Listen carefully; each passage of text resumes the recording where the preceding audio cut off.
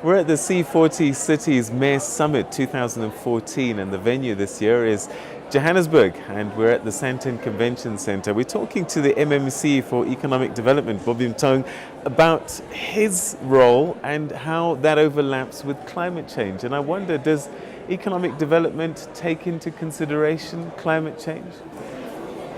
Very fundamental that in our approach to issues of economic development, that issues of climate change are key in our plans, in the way that we do things, because the future really is around how you better plan your city so that you could have a much better resilient city going to the future. So issues around the economy there, as you plan your infrastructure with an understanding that in as much as it creates more jobs, but those jobs are sustainable. In as much as you would have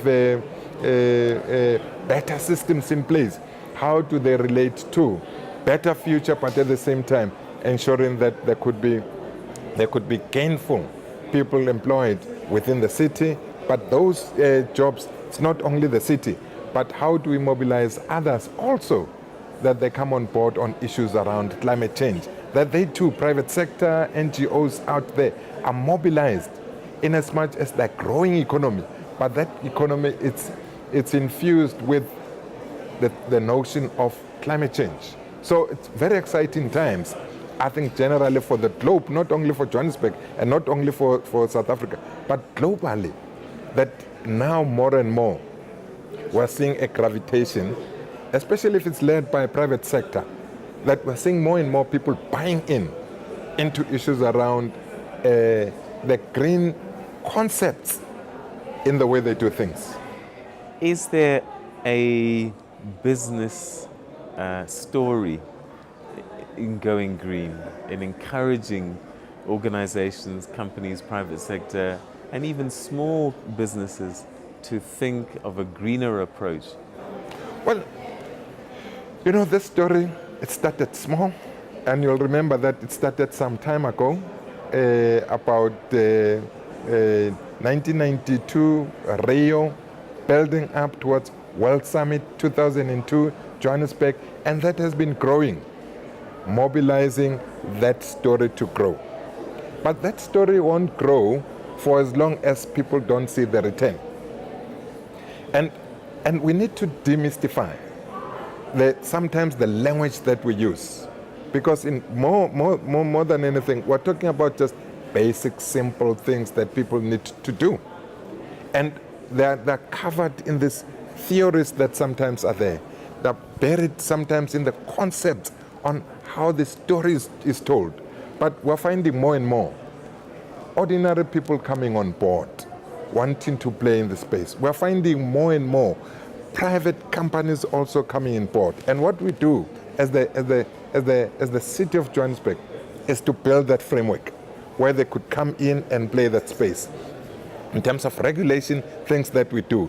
In terms of incentives from the side of the city, you have seen the mayor's speech, and we've seen some of the practical examples that are there, that we're more and more now incentivizing people to come on board.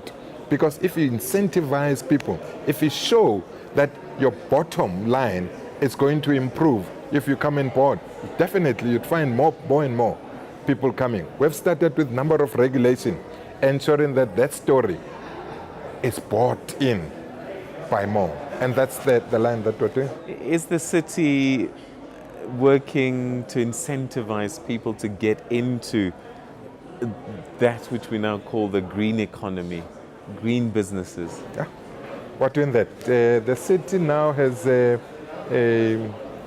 green economy policy, and in that green economy, number of programs that actually incentivize companies to come on board, whether on issues around waste.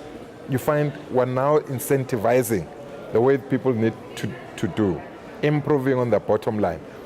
It coming to issues around water management are some of the incentives, number of package programs that we have. on ensuring that people can come on board. Number of things that we have started doing around improving, incentivizing, just from property industries,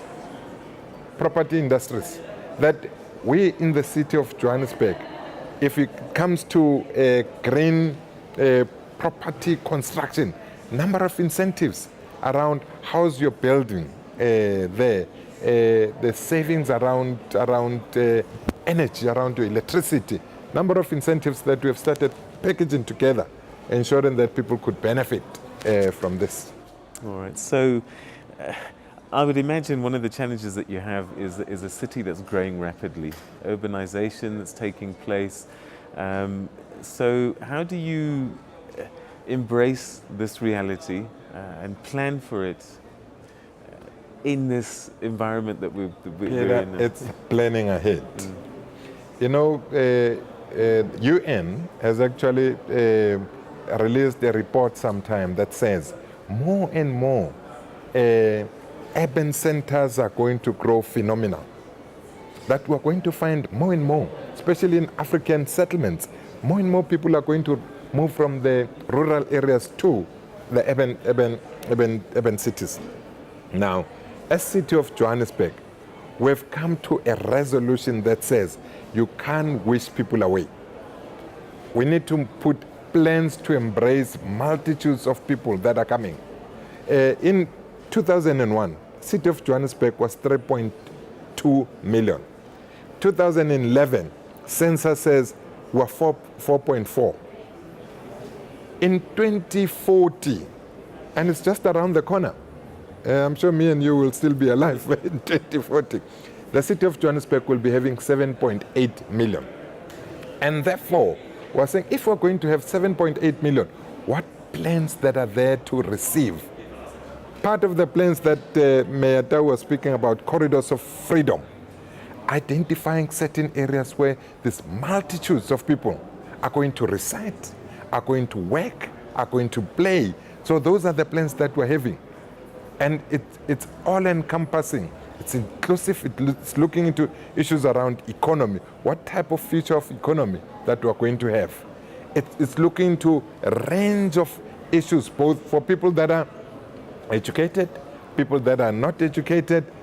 As the City of Johannesburg, how then do we absorb this number of people that are coming? So those plans we've put into place. I would imagine for you, you have to develop the economy to move as quickly as the population is growing.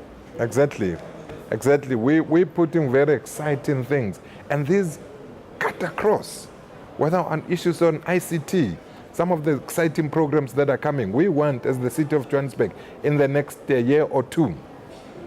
And these are things that the Mayor Tau is going to announce, that in every home,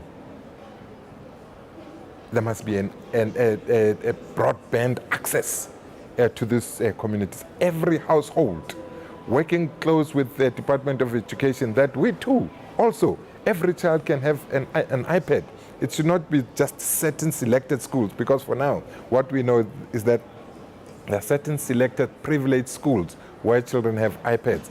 But we want, as the City of Johannesburg, it must be Orange Farm, it must be Soweto Diepsloot, where kids now have access, and that can be done by government. We have laid now 1,000 kilometers of fiber throughout the city.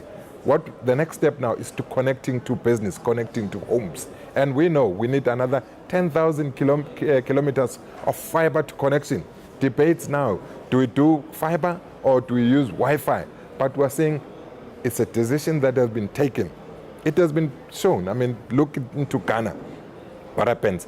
With the investment around broadband, it just increases the literacy, it increases on the economy once you do that. So those are some of the exciting programs that we're putting into place that would really revolutionize the economy of Joburg.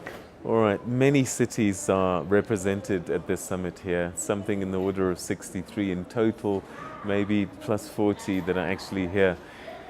What are you hoping to learn from your counterparts? I know there's a series of networks that the city belongs to.